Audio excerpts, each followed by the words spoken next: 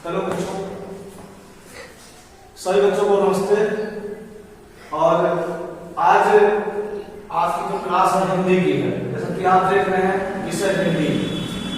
हमने इंग्लिश पढ़ा, मैथ पढ़ा और सबका टाइम टेबल भी मैंने बनाया था कि 2 दिन इंग्लिश होगा, 2 दिन हिंदी होगा, 2 दिन मैथ होगा। तो आज जो समय है वो हिंदी का है। जैसा कि आप देख रहे हैं विषय हिंदी है। आज बच्चों को हम हिंदी विषय यानी हिंदी व्याकरण के बारे में कुछ बेसिक जानकारी आपको देंगे। इस वीडियो के माध्यम से आपको आज वर्ड, शब्द और वाक्य और कुछ मुहावरों के बारे में बताया जाएगा। आप सब लोग वीडियो के अंत तक बने रहें, जिससे आप लोगों को वीडियो अच्छा लगे, समझ में आए। ठीक है, तो चलिए क्लास शुरू करते हैं। आज का हमारा हिंदी व्याकरण का विषय है, ध्यान दीजिए, हमारा हिंदी व्याकरण का विषय है। उसमें सबसे पहले क्या है, आ से क्या हम सीखते हैं। तो पहले क्या होता है उसमें, आ से क्या मतलब अक्षर होता है ना। तो हमें पहले क्या जानना है, अक्षर के बारे में जानना है। अक्षर को हिंदी में सही तरीके से क्या बोला जाता है, वर्ण। वर्ण का मतलब क्या होता है, अक्षर। ठीक है बेटा। और यहां लिखा है वर्ण क्या होता है या वर्ण किसे कहते हैं, ऐसा बोल सकते हो। ठीक है, तो भाषा की सबसे छोटी इकाई को वर्ण कहते हैं। यानी उदाहरण दिया हुआ है, आ बड़ा आ, ई क ख, यह क्या है, वर्ण है। अगर कोई अक्षर, कोई वर्ण, अक्षर कोई वर्ण बोला जाता है, ध्यान दीजिएगा। कोई वर्ण अगर अकेला लिखा है तो उसको वर्ण पढ़ा जाता है, यानी अक्षर बोल सकते हो।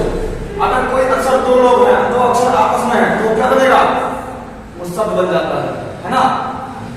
फिलहाल वर्ण किसे कहेंगे, जो अक्षर अकेला होता है, जैसे अ, बड़ा अ, छोटी ई और क और ख और आगे जितने भी अक्षर हैं वो आप क्या है, वर्ण है।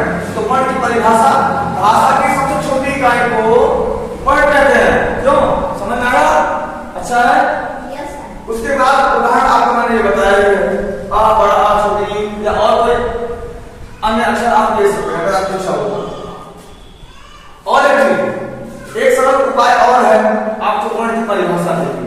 यहां तो लिखा है भाषा की सबसे छोटी इकाई को वर्ण कहते हैं। एक सिंपल तरीका मैं आपको बताता हूं।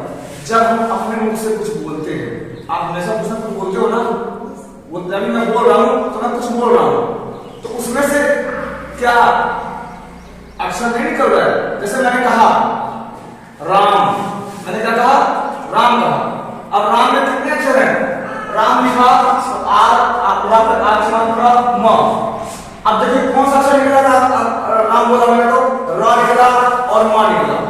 क्लियर हो, एक अक्षर हो गया, दूसरा अक्षर हो गया म,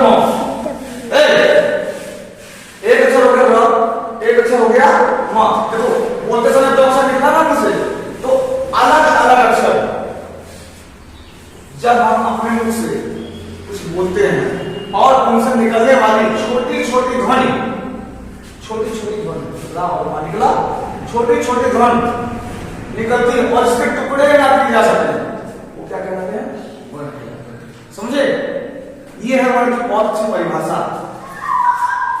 ठीक है, तो वर्ण हमें कहीं मिले, कोई हमसे पूछे वर्ण किसे कहते हैं, तो आप बहुत साधारण तरीके से आप बता सकते हैं।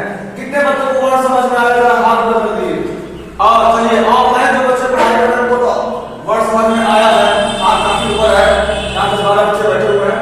मान लीजिए जो ऑनलाइन देख रहे हैं, अगर उनको समझ में आया तो बेटा वो कमेंट बॉक्स में जाके कमेंट करेंगे हाँ सर समझ में। अगर नहीं आया तो मुझे कमेंट में बताइए सर समझ में नहीं आया, मैं दोबारा वीडियो बनाकर आपको समझाना चाहूंगा। ठीक है, ये था आपका वर्ण। आइए शब्द के बारे में। वर्ण के बाद अक्षर के बाद क्या आता है, अक्षर से शब्द बनता है ना, अक्षर से शब्द बनता है।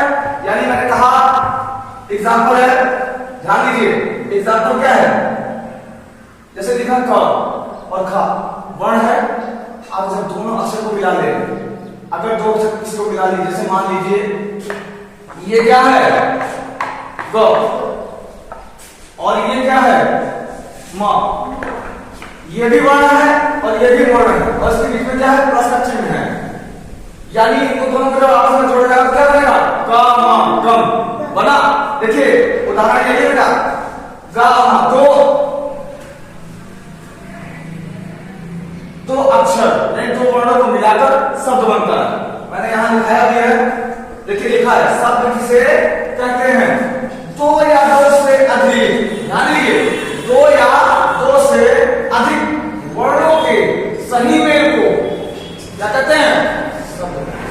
समझे, यहां दो ही वर्ण तो है, अब दोनों मिला मिला क्या ग बना, तो दो लोग शब्द बन गए। यही परिभाषा है आपकी, दो या दो से अधिक, तीन अक्षर भी हो सकता है ना।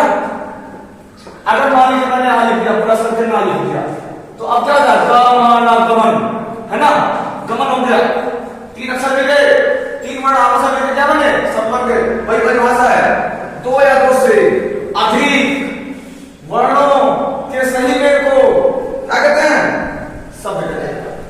एग्जाम्पल लीजिए, जैसे क म ल, तीनों को अगर मिलाया तो क्या हुआ, कमल, क्या हुआ, कमल। बहुत अच्छे, कमल हुआ, कमल देखिए अपना राष्ट्रपति कमल है ना, है ना, हाँ बहुत अच्छा। तो कमल ये डाक का शब्द है। कितने लोगों को समझ आया, वेरी गुड।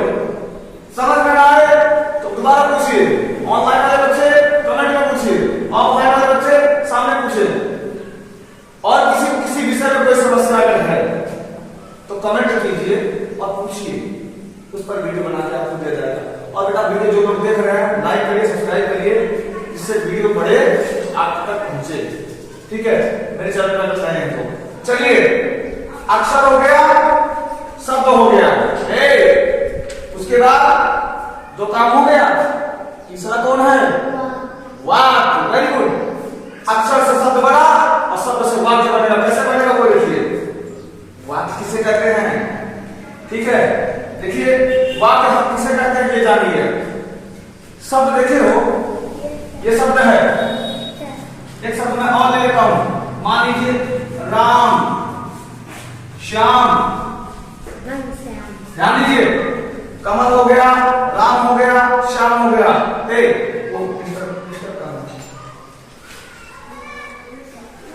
ठीक है, तो ध्यान दीजिए,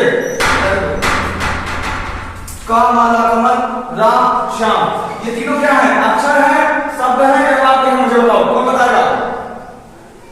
ये तीनों कौन है, अक्षर है, शब्द है या वाक्य है। वेरी गुड, शब्द है। तीन कितने शब्द हैं, 1 2 3, कितने शब्द हैं, 3। मैंने कहा अक्षर कई शब्द मिलकर शब्द बने, अब कई शब्द मिलकर वाक्य बनेंगे। यही वाक्य की परिभाषा है। एक बात पूरा तरीके से बताता हूँ, शब्दों का ऐसा समूह, शब्दों का ऐसा समूह, कई सारे शब्दों का अपना समूह होना चाहिए, है ना। जैसे राम स्कूल जाता है, राम स्कूल जाता है में राम स्कूल, राम शब्द है, स्कूल शब्द है, जाता शब्द है शब्द है। चार शब्द मिले और चार शब्द मिलकर क्या बने, वाक्य बन गए, और उसका अर्थ भी निकल रहा है, परिभाषा भी है, शब्दों का ऐसा समूह जिसका पूर्ण पूरा अर्थ निकलता हो, है ना। राम स्कूल जाता, अर्थ निकल रहा है ना, स्कूल जा रहा है, चोरी करने नहीं जा रहा है, स्कूल जा रहा है। हाँ बहुत अच्छे, तुम लोग भी आए हो पढ़ने, नहा लोगे। तो राम स्कूल जाता है, पूरा अर्थ निकल रहा है, ये क्या है आपका, यही वाक्य है, यही परिभाषा है, शब्दों का ऐसा समूह जिसका पूर्ण अर्थ निकले, वाक्य कहलाता है। क्लियर हो, क्लियर हो ना, इतना मैंने बताया है। चलिए अब मुझे बताइए कि कितने लोगों को ये समझ में आया।